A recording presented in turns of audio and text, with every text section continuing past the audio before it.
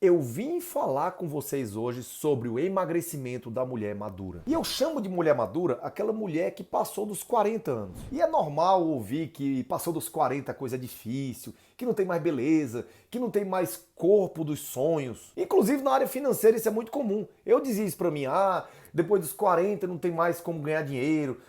Depois dos 40 você não consegue mais fazer nenhum sonho. E eu garanto que isso, em todas as áreas, não é totalmente verdade. Pelo contrário, isso é uma grande mentira. Eu mesmo sou prova disso. Hoje eu tenho 46 anos e tenho uma vida muito melhor em todos os sentidos. Todos. Do que quando eu era mais jovem. Inclusive, fisicamente, eu estou muito melhor do que quando eu tinha 30. E dentro do meu grupo de alunos, a maior parte deles, que tem mais de 40, eles me mandam mensagens todos os dias, me contando depoimentos, o que conquistaram, o que conseguiram com o processo de emagrecimento. Isso me alegra muito, me faz querer cada vez mais ajudar as pessoas a transformarem sua saúde e sua vida. Essas coisinhas que dizem por aí em relação à mulher com mais de 40 é mentira. E eu vou falar aqui sobre a mulher que passou dos 40, mas isso também serve para os homens. Então você pode chamar seu marido agora para assistir esse vídeo também. E bom, um dos motivos principais, existem vários, mas que torna difícil o processo de emagrecimento depois dos 40, é que nessa idade começa a haver uma perda de massa muscular. E são os músculos que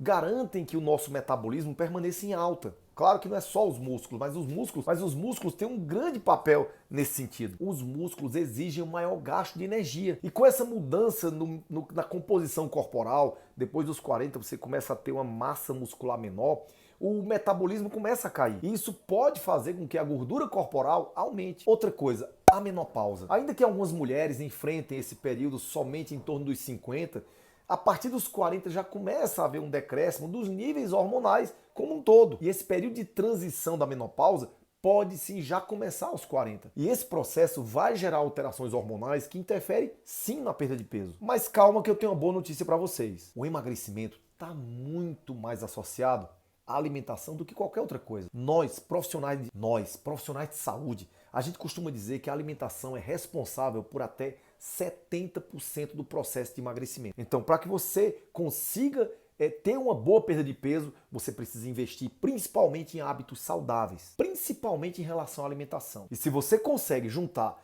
hábitos alimentares saudáveis com outros hábitos, como práticas de atividade física, boas noites de sono, evitar excesso de bebida alcoólica, beber uma quantidade de água satisfatória, você vai emagrecer. E eu separei para você hoje 10 dicas fundamentais para você que quer emagrecer mesmo depois dos 40. Mas eu não falo só emagrecer, eu falo emagrecer e se manter magra. Porque de nada vai adiantar você emagrecer e daqui a pouco engordar tudo de novo, ou mais. Você precisa fugir do efeito sanfona. Então, anota aí as 10 dicas que eu separei para você.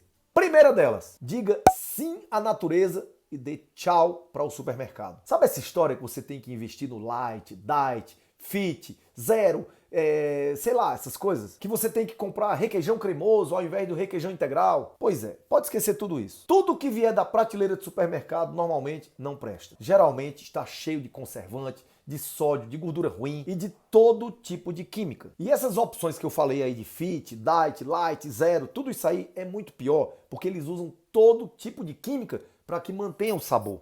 Quando você tira a gordura de um alimento, para que ele venha sem gordura, ele perde muito do sabor. E eu estou falando de produto químico mesmo, que eles usam. Uma das primeiras dicas que eu dou para quem quer emagrecer é o seguinte: tem que tirar do pacote? Evite. Tem que descascar? Use. A natureza é sábia, ela produz tudo o que a gente precisa. Quanto mais você se aproximar da natureza, melhor será a sua saúde. E eu sei que o dia é corrido, que você às vezes quer alguma coisa mais fácil, mais pronta, que o dia passa e você nem vê, que a quarentena passou e você nem viu. Pode ter certeza que eu sei de tudo isso. A imensa maioria das pacientes que eu atendi no consultório se queixavam disso, e eram mulheres. E essas mulheres gostavam de dividir as rotinas delas comigo. Então eu sei como é complicado, mas se esforce para tentar fazer a sua própria comida, principalmente com o que vem da terra, da natureza. E sempre prefira comprar seu alimento naquele vendedor da sua cidade, aquele que produz e vende ele mesmo, aquele que oferece a carne do bicho que ele mesmo criou, aquele que é o mais natural. Com certeza as vozinhas de vocês faziam isso, criavam porquinho, criavam gado, faziam esse tipo de coisa. E acredite, elas eram saudáveis. E tudo isso graças à alimentação natural também.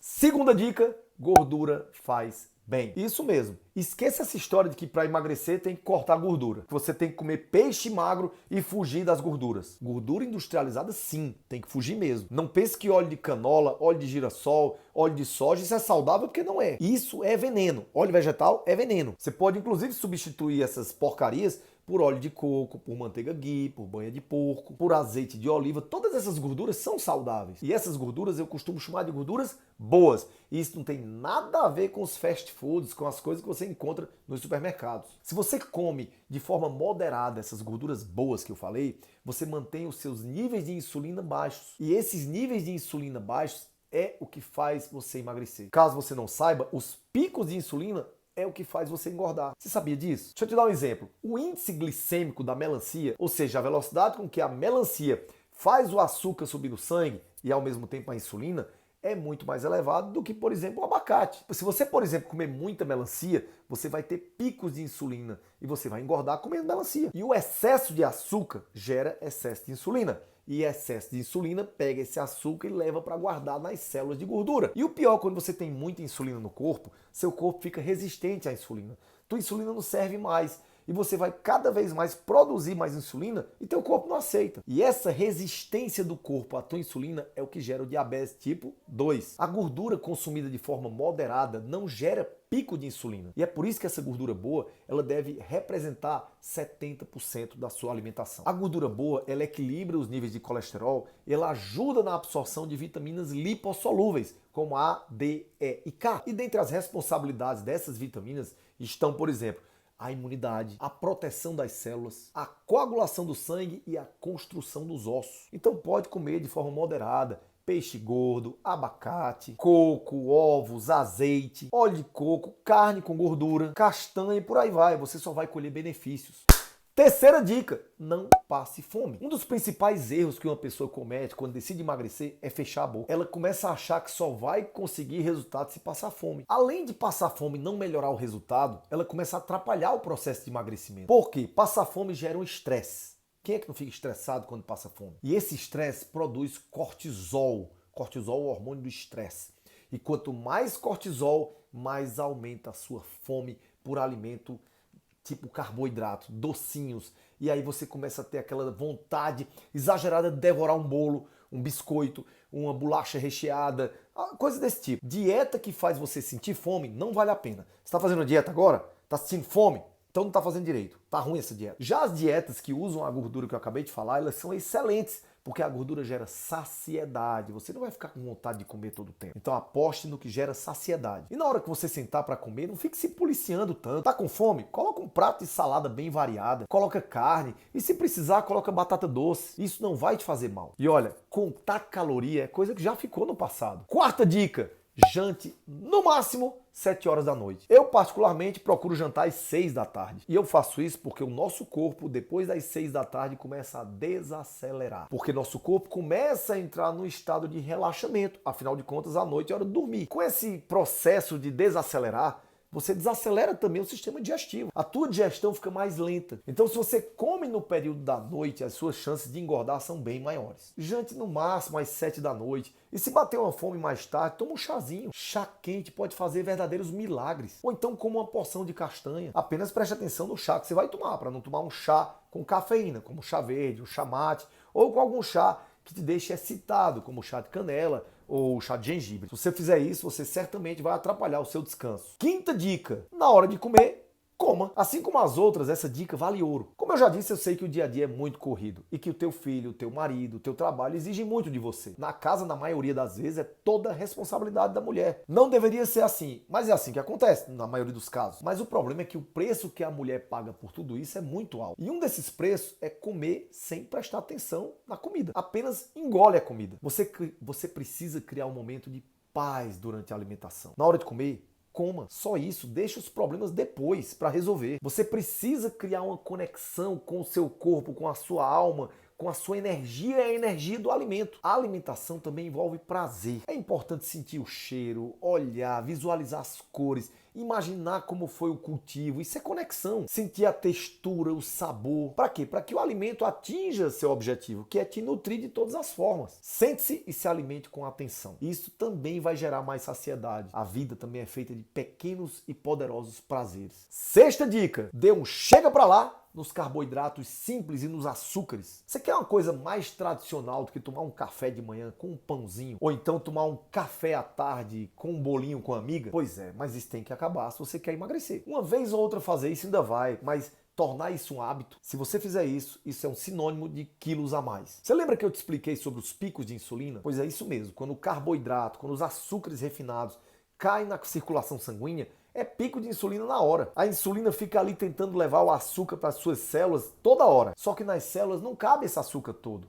Então sobra açúcar no sangue. E o que é que acontece? A insulina leva teu açúcar para as células de gordura. Então chega de carboidrato simples, chega de pão, bolo, biscoito, bolacha, tapioca. Se está com vontade de comer carboidrato, coma uma mandioca, coma uma batata doce, coma um inhame. Carboidratos simples e açúcares engordam e elevam a insulina. E além disso, inflamam o seu corpo e não servem para te nutrir em nada. Sétima dica: saco vazio para em pé sim. Essa história de que saco vazio não para em pé é uma grande mentira. E eu tô te falando aqui porque eu sou uma testemunha do jejum intermitente. Praticar o jejum intermitente 2, 3 ou até 5 vezes por semana é uma ótima ideia. Por quê? Porque ajuda a melhorar a tua saúde e potencializa a queima de gordura. Inclusive, existem vários estudos científicos mostrando a eficácia do jejum intermitente no tratamento da diabetes e da hipertensão, por exemplo. O período de jejum garante um descanso ao organismo, que não vai gastar energia digerindo coisas e vai dar atenção a outras coisas. Você pode começar por períodos de 12 horas de jejum. E você pode fazer inclusive à noite, porque você já conta com o período dormindo. E aí você vai aumentando aos poucos. Eu pratico jejum intermitente de 18 horas tranquilamente.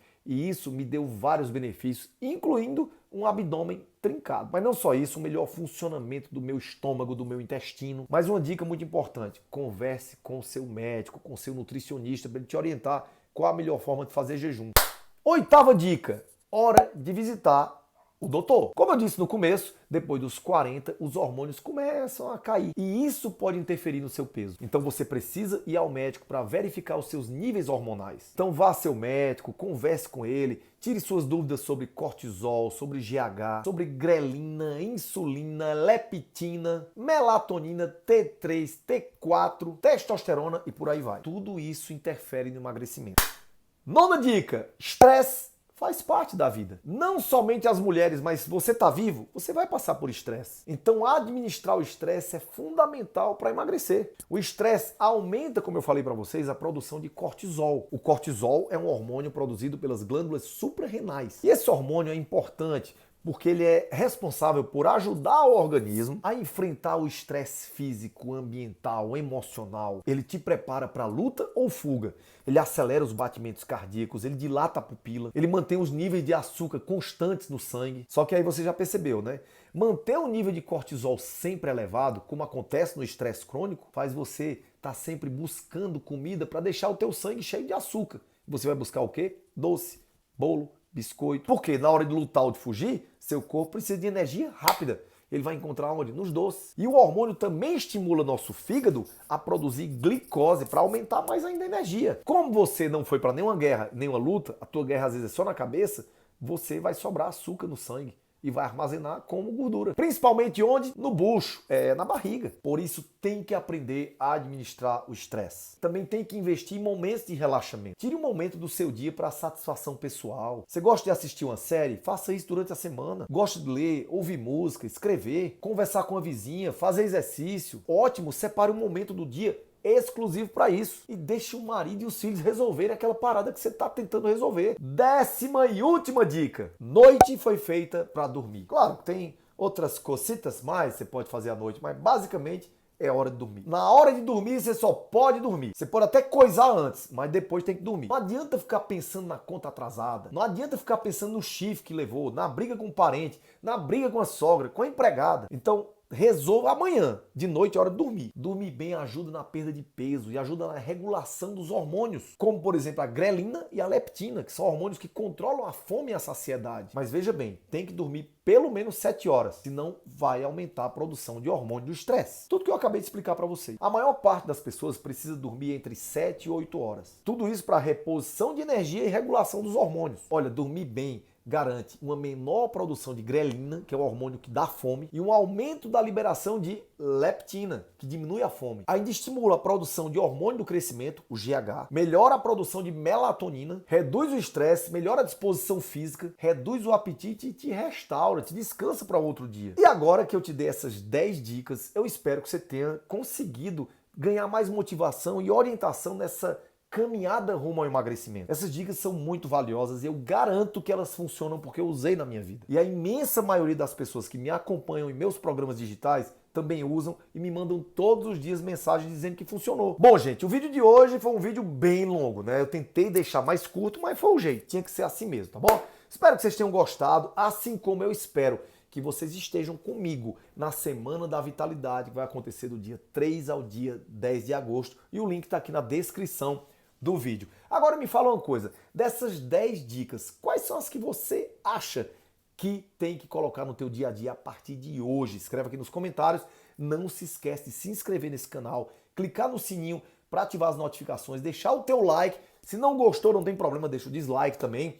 E aproveite e compartilhe esse vídeo com todos os grupos de WhatsApp, principalmente naquele que tem umas amigas que estão mais cheinhas, tá bom? Um grande abraço, viva com saúde, viva com paixão, com Deus no coração. Tchau, gente!